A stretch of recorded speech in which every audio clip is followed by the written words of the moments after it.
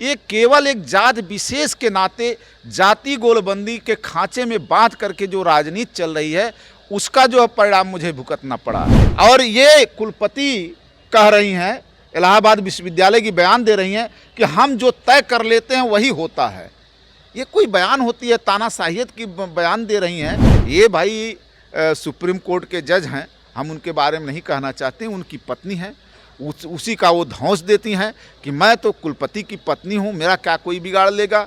भाई अमित शाह जी का जिसके ऊपर बरदहस्त है, हाथ है, तो उनका कोई क्या बिगाड़ लेगा। विक्रमनाथ ने जस्टिस लोया वाले केस में उनको सोहराबुद्दीन जो गुजरात का जिसमें तड़ीपार किए गए थे, अब यही तड़ीपार हुए थे, बोल देंगे तो इसी पर हंगामा हो जाएगा। सदन में भाषण कर रहे थे तो योगी जी कह रहे थे कि एक 2.5 साल का बच्चा मैंने गोद में ले करके पूछा कि लाल टोपी पहनने वाला मुझे गुंडा दिखता है। आप बताइए 2.5 साल के बच्चे को इतनी समझ होती है? ये लोगों को भटकाने के लिए कोई न कोई मुद्दा किसी न किसी को टारगेट कर लेते हैं और इनकी मंशा है कि इनके खिलाफ कोई बोले ना, आवाज़ ना उठाए। हमने कहा कि जो बड़े सांड हैं, मोटे सांड हैं, ये सब जो सांड घूम रहे हैं, इन सांडों से जो आम आदमी का एक्सीडेंट हो रहा है, जो गाड़ियों से जा रहे हैं उनका एक्सीडेंट हो रहा है, उनके परिवार की इतनी बड़ी क्षति हो रही है, तो इसकी भरपाई कौन करेगा? लंपी बीमारी फैली हुई है, उसके लिए आंदोलन करते हैं। आपके यूपी में राजस्थान से ज़्यादा लंपी गायें मर गई लंपी के बीमारी से, उस पर जो है आंदोलन नहीं करते हैं, उनके इलाज की व्यवस्था नहीं करते हैं।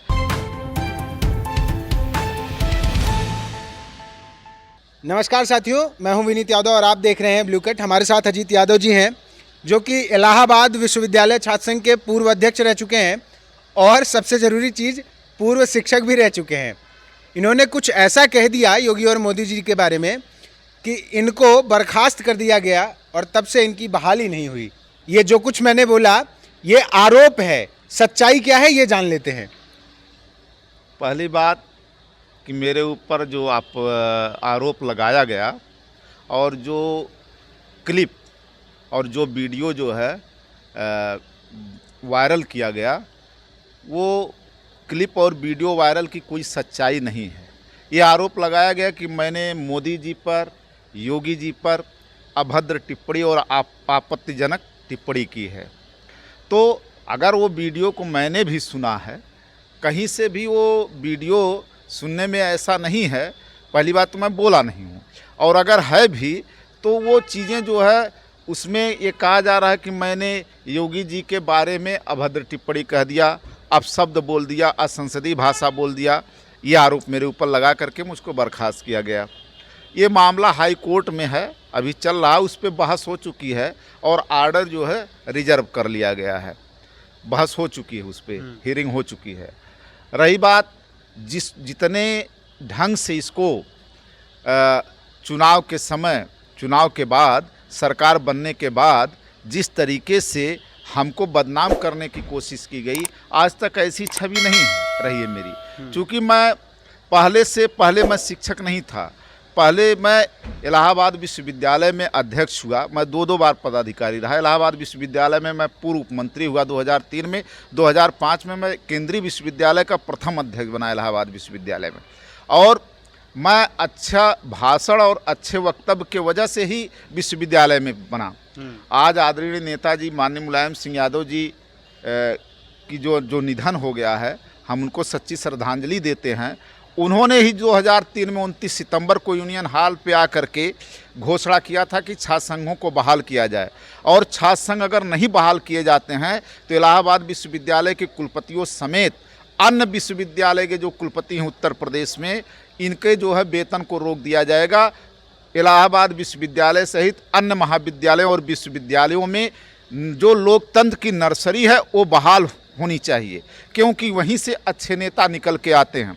और इलाहाबाद विश्वविद्यालय से बहुत बड़े बड़े नेता, बहुत बड़ी बड़ी विभूतियाँ, बहुत बड़ी बड़ी थातियाँ निकल कर के गई हैं। दो पूर्व प्रधानमंत्री यहाँ से, पूर्व प्रधानमंत्री वीपी सिंह, पूर्व प्रधानमंत्री चंद्रशेखर सिंह यही विश्वविद्यालय से निकले। डॉक्टर शंकर दयाल शर्मा राष्ट्रपति महामहिम यहाँ से कितने निकले। यहाँ तक कि नेपाल के प्रधानमंत्री भी हमारे इलाहाबाद विश्वविद्यालय के पढ़े हुए हैं। तो ऐसी जगहों पर मैं विश्वविद्यालय में अध्यक्ष बना, तो ये कैसे मैं बोल सकता हूँ कि ये एक हमारे प्रदेश के मुखिया, हमारे देश के मुखिया के खिलाफ मैं अभद्र टिप्पणी कर ही नहीं सकता। ये केवल एक जात विशेष के नाते जाति गोलबंदी के खांचे में बांध करके जो राजनीति चल रही है उसका जो परिणाम मुझे भुगतना पड़ा जो है। और उसमें मैंने भी सुना, मैं जब योगी जी सदन में भाषण कर रहे थे तो योगी जी कह रहे थे कि एक 2.5 साल का बच्चा मैंने गोद में ले करके पूछा कि लाल टोपी पहनने वाला मुझे गुंडा दिखता है। आप बताइए 2.5 साल के बच्चे को इतनी समझ होती है कि लाल टोपी पहनने की वो कल्पना कर लेगा, वो विचार दे देगा कि लाल टोपी पहनने वाले सब गुंडे होते हैं। ये योगी जी की भाषा होती है। और योगी जी की भाषा पहले, मैं तो आजमगढ़ से वो आते थे, मैं आजमगढ़ में रहा हूँ, मैं उनका भाषण सुना हूँ। ऐसे ऐसे उनके भाषण रहे हैं कि अगर सुन लें तो जो सांप्रदायिक दंगे कितने हुए हैं, बिलरियागंज में उनको घेर लिया गया था, आजमगढ़ के लोगों ने उनको बचा करके भेजा गोरखपुर। तो लेकिन मैं इलाहाबाद से पढ़ने वाला कोई भी छात्र नेता इस तरीके की अभद्र टिप्पणी नहीं कर सकता है।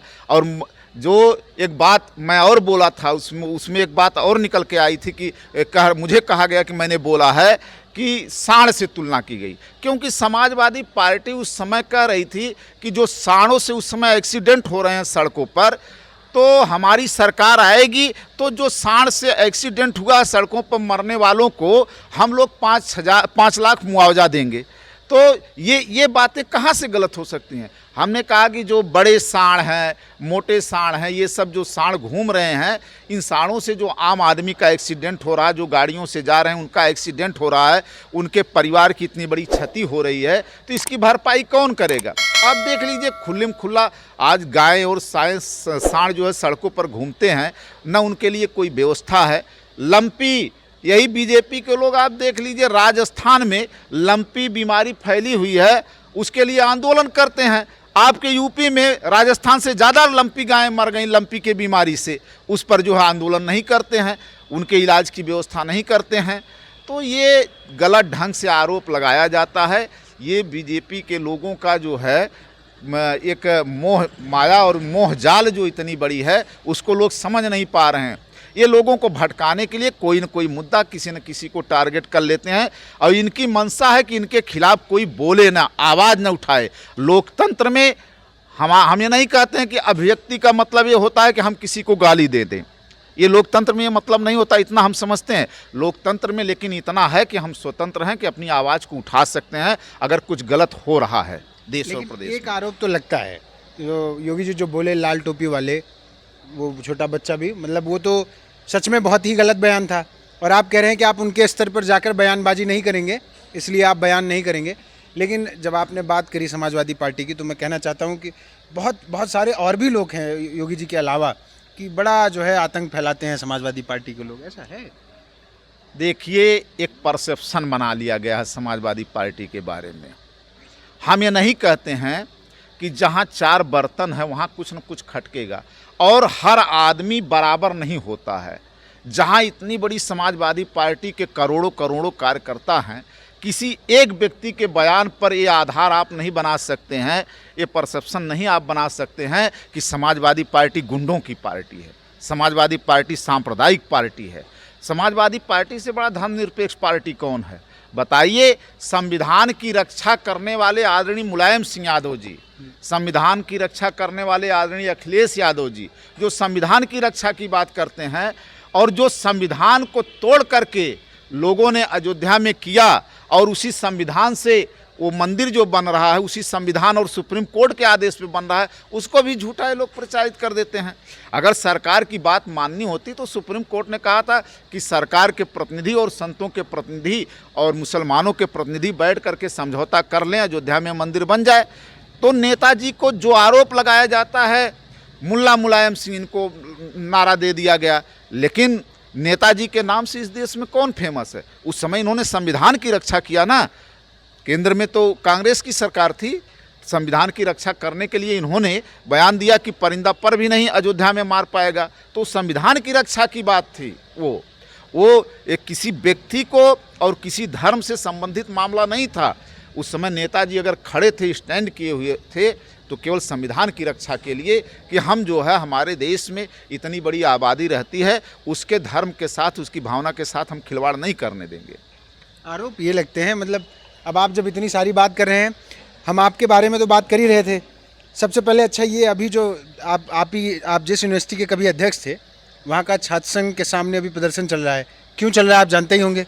इतनी फीस बढ़ गई और समाजवादी पार्टी सड़क पे है कि नहीं है, मतलब अखिलेश जी समाजवादी पार्टी ही तो लड़ रही है। समाजवादी पार्टी के जो आनुषांगिक संगठन है समाजवादी छात्र सभा के लोग, वही तो आमरण अनशन पर बैठे हैं, वही तो लड़ाई लड़ रहे हैं। नहीं, वो बच्चे छात्र हैं, बड़े नेता कुछ मतलब नहीं, बड़े नेता भी हम भी जाते हैं, और लोग भी बड़े नेता समाजवादी पार्टी के जिलाध्यक्ष गए, समाजवादी पार्टी के अभी लखनऊ से प्रतिनिधि आए थे, तमाम प्रदेश पिछड़ा वर्ग के अध्यक्ष आए थे, नरेश उत्तम पटेल जी का जो है अभी वो आया था, उन्होंने फैक्स किया था कि हमारा समर्थन है।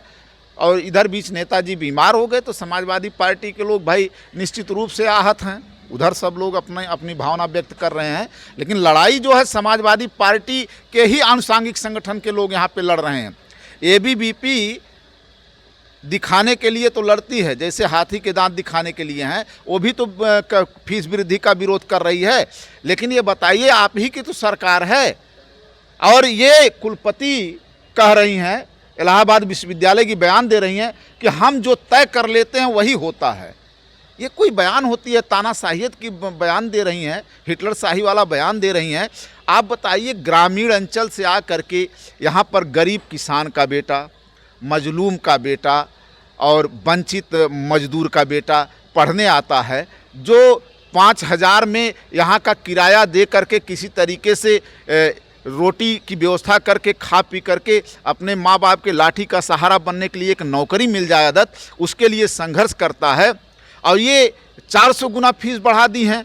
हॉस्टलों की फीस जो हम लोगों के समय में बहुत ज़्यादा नहीं बीता है, उस समय फीस मुश्किल से 1,000-1,200 हुआ करती थी। चलिए महंगाई बढ़ी है तो आप कुछ बढ़ा लीजिए।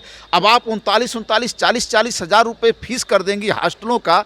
और यहाँ के हॉस्टलों की ये दशा है कि मेस भी सही नहीं चलते हैं, कोई व्यवस्था नहीं दे रहे हैं। ये एक भी इंफ्रास्ट्रक्चर में, एक आध हॉस्टल बने होंगे केंद्रीय विश्वविद्यालय बनने के बाद, एक भी इंफ्रास्ट्रक्चर और एक भी इन्होंने ऐसा काम न किया होगा सार्वजनिक जिससे इलाहाबाद विश्वविद्यालय का नाम रोशन हुआ।